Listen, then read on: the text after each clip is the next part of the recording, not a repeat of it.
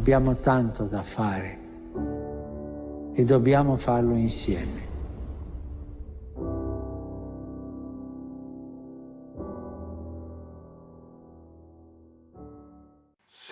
April 2013. Welcome to Magnificat in 3ltv.com, Vienna, Austria. A series of homilies of our most beloved Holy Father, Pope Francis. These are already published in the Vatican website, the Holy See website. We are reading from that for the benefit of all the faithful.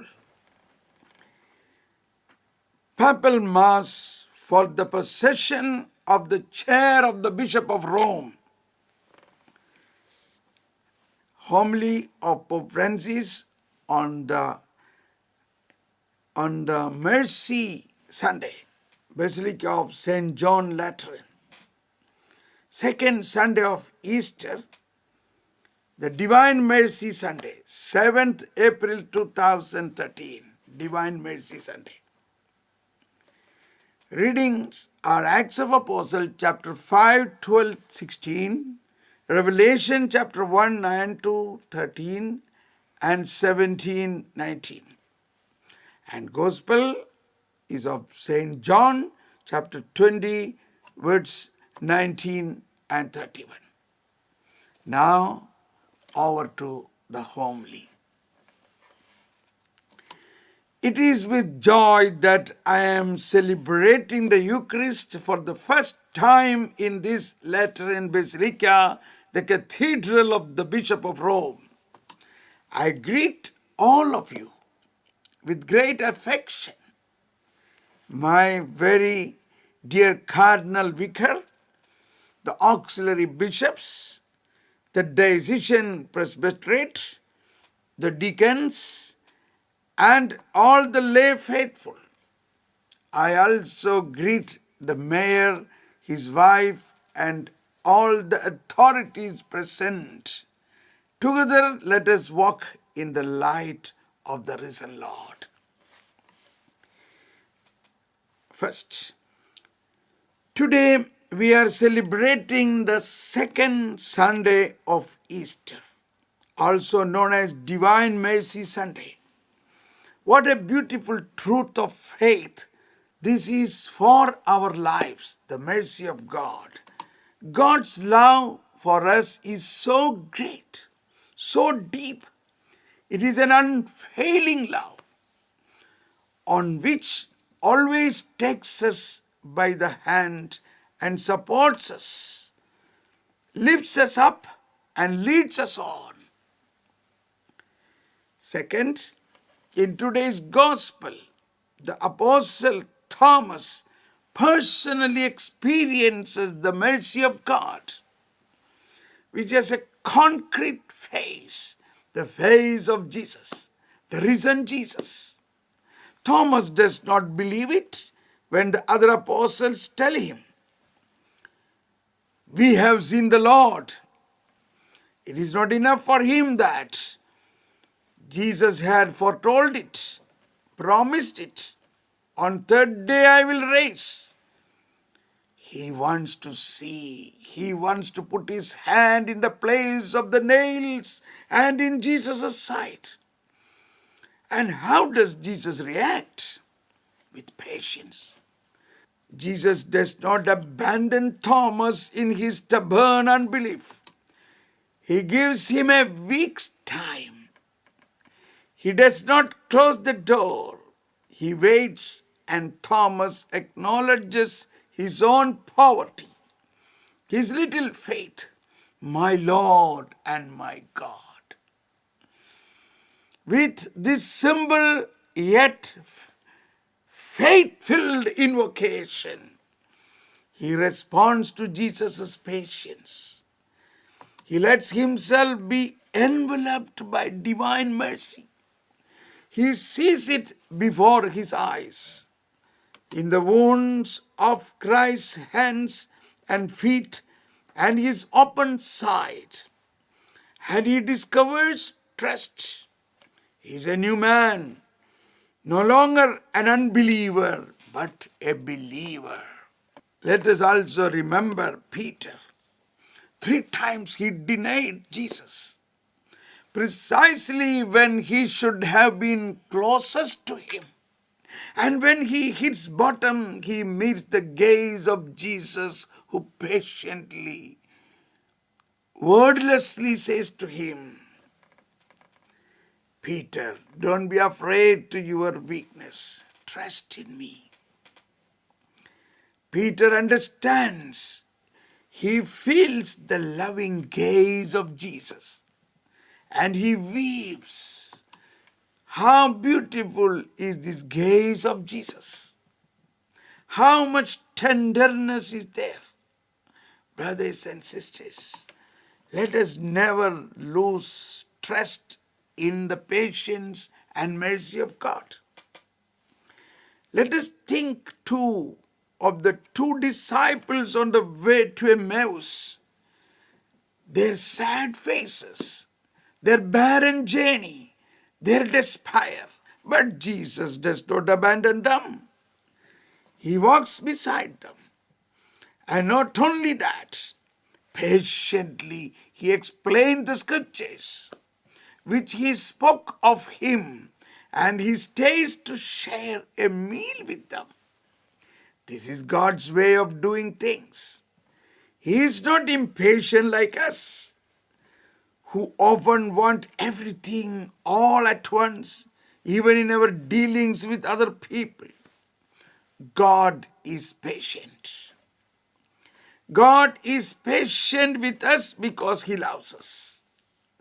And those who love are able to understand, to hope, to inspire confidence. They do not give up.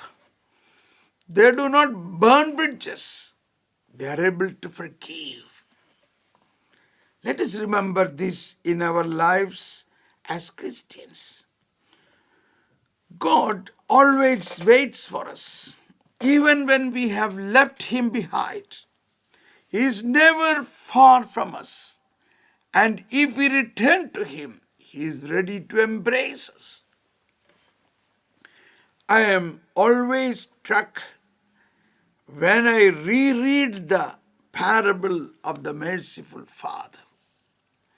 It impresses me because it always gives me great hope.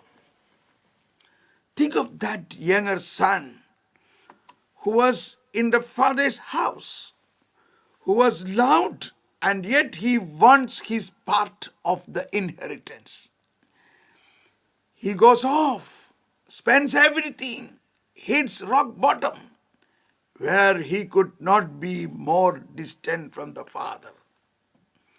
Yet when he is at his lowest, he misses the warmth of the Father's house and he goes back. And the Father? Had he forgotten the Son? No, never. He is there. He sees the Son from far. He was waiting for him every hour of every day. The Son was always in his Father's heart. Even though he had left him, even though he had squandered his whole inheritance, his freedom, the Father with patience, love, hope, and mercy had never for a second stopped thinking about him. And as soon as he sees him, still far off, he runs out to meet him and embraces him with tenderness, the tenderness of God. Without a word of reproach, he has returned. And that is the joy of the Father. In that embrace for his Son is all this joy. He has returned. God is always waiting for us. He never grows tired. Jesus shows us this merciful patience of God so that we can regain confidence, hope. Always. A great German theologian, Romano Gaudini, said that God responds to our weaknesses by his patience. And this is the reason for our confidence, our hope. In his book, Glaubens Erkenntnis, Augsburg, 1949, page 28, it is like a dialogue between our weakness and the patience of God. It's a dialogue that, if we do it, will grant us hope. Thirdly, I would like to emphasize one other thing. God's patience has to call forth in us the courage to return to him. However many mistakes and sins there may be in our life, because Jesus tells Thomas to put his hands in the wounds of his hands and his feet, and in his side. We too can enter into the wounds of Jesus. We can actually touch him. This happens every time that we receive the sacraments with faith. Saint Bernard, in a fine homily, says, "Through the wounds of Jesus, I can suck honey from the rock and oil from the flinty rock." Deuteronomy 32:13. I can taste and see the goodness of the Lord on the Song of Songs. It is there in the wounds of Jesus that we are truly secure. There we encounter the boundless love of his heart. Thomas understood this. Saint Bernard goes on to ask, "But what can I count on? My own merits? No. My merit is God's mercy. I am by no means lacking merits as long as he is rich in mercy. If the mercies of the Lord are manifold, I too will abound in merits." This is important, the courage to trust in Jesus' mercy, to trust in his patience, to seek refuge always in the wounds of his love. Saint Bernard even states, "So what if my conscience gnaws to me for my many sins? Where sin has abounded, their grace has abounded all the more." Romans 5:20. Maybe someone among us here is thinking, "My sin is so great. I am so far from God as the younger son in the parable. My unbelief is like that of Thomas. I don't have the courage to go back to believe that God can welcome me and that he is waiting for me, of all people. But God is indeed waiting for you. He asks of you only the courage to go to him." How many times in my pastoral ministry have I heard it said, "Father, I have many sins and I have always pleaded, don't be afraid. Go to him. He is waiting for you. He will take care of everything." We hear many offers from the world around us, but let us take up God's offer instead. His is a caress of love. For God, we are not numbers. We are important. Indeed, we are the most important thing to him. Even if we are sinners, we are what is closest to his heart. Adam, after his sin, experiences shame. He feels naked. He senses the weight of what he has done. And yet, He does not abandon him. If that moment of sin marks the beginning of his exile from God, there is already a promise of return, a possibility of return. God immediately asks Adam, "Where are you?" He seeks him out. Jesus took on our nakedness. He took upon himself the shame of Adam, the nakedness of his sin, in order to wash away our sin. By his wounds we have been healed. Remember what St. Paul says, "What shall I boast of, if not my weaknesses, my poverty?" Precisely in feeling my sinfulness, in looking at my sins, I can see and encounter God's mercy, his love, and go to him to receive forgiveness.